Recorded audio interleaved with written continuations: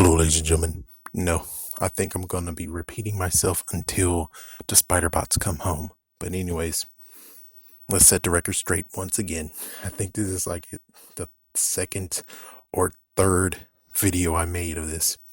But, anyways, let's set the record straight.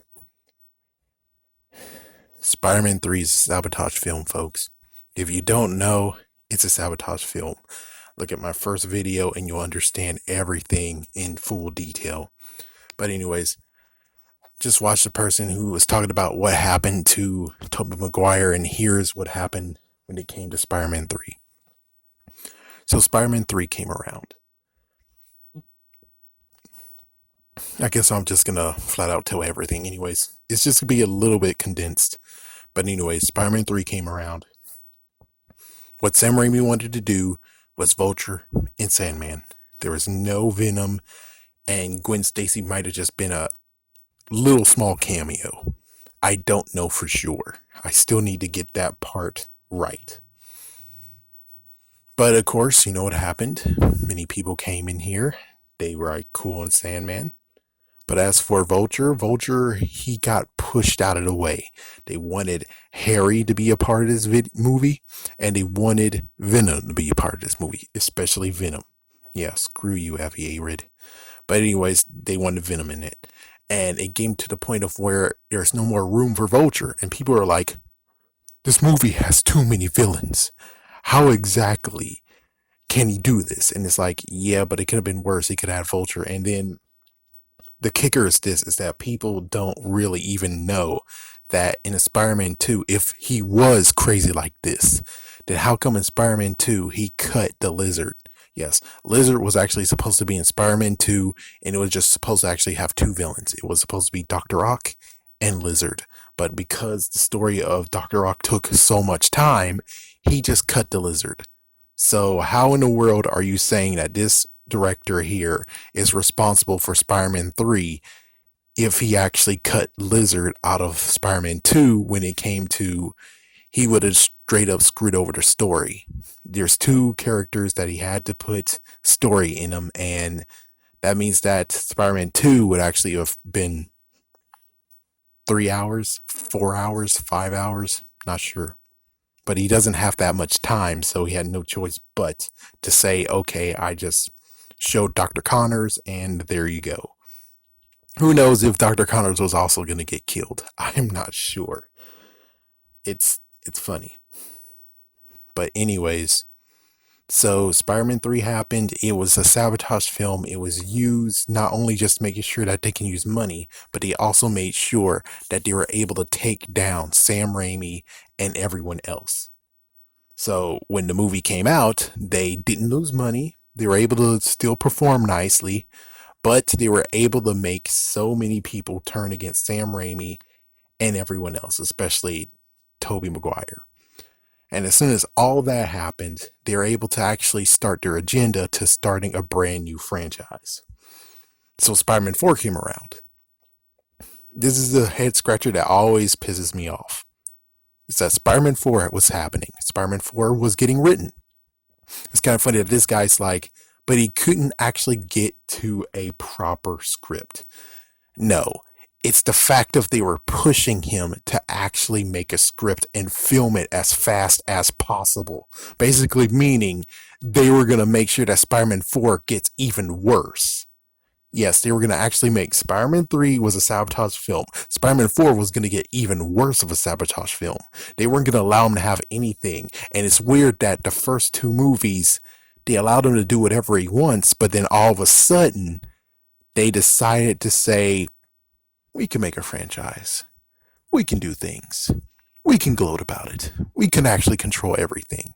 And that's when they started in Spider-Man 3, was not only they wanted to dive in and actually get credit, but also they wanted to sabotage him. But I'm pretty sure it was sabotage the whole entire franchise just so they can make a new franchise and they can actually have 100% control over it, unlike previously where they didn't really have much control. So Spider-Man 4, he was writing it. They were pushing for him and pushing for him and pushing for him, and he couldn't just get to a point. He was going to bring Vulture into this. He was going to bring Black Cat. Like I said in the previous video, Vultress did not exist. That was just some freaking rumor that was created. Yeah, that was weird. So that was gonna happen, and he was kind of thinking about it might be a two-parter, or he was just going around thinking about how would this play out for Peter Parker, for Spider-Man. And well, lo and behold, he got evicted from his place too. So we could actually saw a homeless Spider-Man, and maybe he'll move in with Aunt May, maybe he will move into MJ's. We don't know for sure, which that would actually be a new interesting concept, but we don't know because they pushed him, and then he came to the point of where he finally said, okay, well, I can't do this. This is not enough time. And of course, Amy Pascal said, thank you for not wasting our money and our time. And it's like, and then as soon as they get the new person and get the new writer, take as much time as you want. You want reshoots? Oh, we allow you to have reshoots. It's like, you don't see what's wrong here. You don't see how exactly it's like, oh, so Sam Raimi, he doesn't get to have the time in the world to make it. But yet, not to mention, let's not forget, in Spider-Man 2, pretty sure it was supposed to be slotted for May, but they had to push it back due to some issues that I don't really remember or even know at this point. And they were able to move it to June, like late June. It's pretty interesting how they did allow that to happen, but for Spider-Man 4, they didn't allow anything. They just straight up said, we want you to make a script. So as you make a script, then start filming and then get that movie on the screen as fast as possible. Meanwhile, for Amazing Spider-Man, take as much time as you want. You don't see anything wrong with this. You don't see anything wrong with this at all. So it pretty much is a horrible, horrible thing that happened, where it's like Sam Raimi had one dream, and it sucks that when it came to Vulture, he really wanted Vulture, and it sucks that they spat in his face 2 times. Marvel Studios didn't really spat in his face. It's just, they just picked it. They just picked it. They most likely didn't even know that Sam Raimi was interested in the Vulture at all. So that one is, it's just, that one's bittersweet. As for what happened with Lizard, they took the concepts from the artist that he was working with. So not only they just showed the middle finger to him, but they also said, yeah, we're taking the concept and we're going to put that into the movie. Frick you. And it's like, wow. Just wow. You couldn't even make your own concept for the Lizard. You actually had to use someone else's concept. Not illegal, but it's messed the frick up. That's like, yeah, but we already noticed here that you guys are just stealing to actually make sure you're able to make a movie. It's crazy enough that you just did lots of stuff to these movies and everything else, and I didn't even feel anything when it came to Amazing Spider-Man. And Amazing Spider-Man 2, you guys can't really tell how messed up they are, where they couldn't stay concentrated. Instead, they actually crumbled when the Avengers came out. I mean, they crumbled even more when it came to Avengers.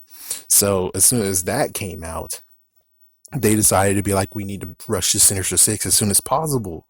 And then they started promising, oh, we're going to make movies every single year. And it gets to the point of where it's like they really, really wanted to go against the Avengers later on, just started running for it and not focusing on what they already have now. They just decided to be like, oh, well, we need to match them. And it's like, if Sam Raimi was in control, he wouldn't be doing that. He would actually just be making a Spider-Man film. That's all he would do. He would give us a good Spider-Man film. But you guys came in here and put so much stuff in here that he had to say okay because you're higher ups, but sometimes it's like he should have been able to say no. And people say, oh, it's all his fault. And it's like, what's all his fault? The only thing that will be his fault is wanting to make a movie. And as soon as Spider-Man 3 happens and started to come, what do you want them to say? No, I'm going to walk out. No, Spider-Man 2 is the only movie that's needed to be done. Spider-Man 3 shouldn't exist. Is that what you guys want? Because that's what you guys saying when it came to, oh, it's all your fault. It's your fault. It's your fault. It's like, no, it's not his fault. And what's worse is that you guys actually got him to think it's his fault. It is not his fault at all. Even Alvin Sargent knows what happened. It's not his fault. It was actually the producers. The producers had a messed up plan, and their plan straight up backfired after a while because, and then all of a sudden they decided to try to say within a year or two ago that, oh, we now understand how to make a Spider-Man franchise. Let us try this again. Wow. Yes, the whole Disney Marvel deal. I mean, it's Disney Sony deal. It's like, yeah, just because you just watch them how to make a Spider-Man film doesn't mean crap. I'm sorry, but it doesn't mean crap. It's like, oh, so now you're going to try to do it yet again, trying to actually get all your boasting, and now you have 100% control, and the freaking director's a puppet, the writer's a freaking puppet, and that's what they tried to do, is make puppets in Amazing Spider-Man. Yeah, Mark Webb was actually a puppet. The person who write the movies, one or two, puppet. They had full control over them, and they couldn't say no or anything because they didn't have actually the right or even the experience to be able to say no. And that's the sad truth. It's the real sad truth. So when next time when someone actually says Sam Raimi is your fault, it's not his fault. It was the producers. They were just too damn good to actually make sure they covered their tracks so that he thinks it's his fault when it's actually their fault. They interfered with the movie. They ruined his original design, his actual original vision for the movie. For Spider-Man 3, it was going to be completely different from what we saw and what we witnessed. But here we are, still to this day, still trying to fight, still trying to make it actually known that Spider-Man 3 was a sabotage film.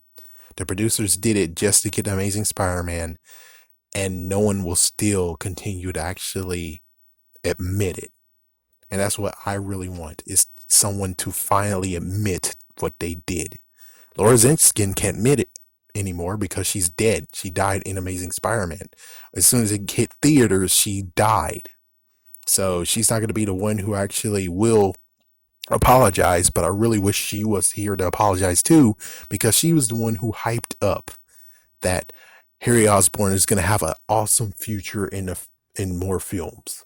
So after Spider-Man 3, he was going to continue on to Spider-Man 4. Nice story for him. Spider-Man 5, nice story for him. But everyone knows what happened to him in Spider-Man 3, which means someone should have told her and webbed her freaking mouth shut about what she said about Harry Osborn in that video. It's one of the videos I saw that she actually was talking up a storm about Harry Osborn. I'm whipping out. Tell you guys what you think about this. Peace.